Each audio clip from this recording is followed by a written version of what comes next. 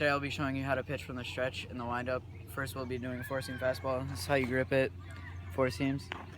Alright, for the windup, you're going to want to bend a little bit, step to the left, pivot your right foot, and then kick your leg up in the air and go through the ball. Follow through.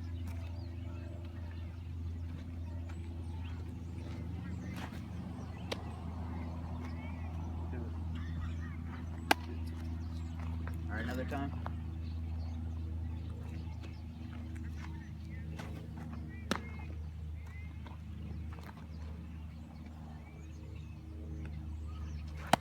Alright, now from a stretch, you don't want your feet to be shoulder width apart.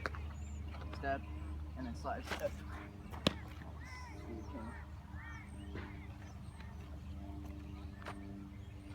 Alright, we're gonna do it again.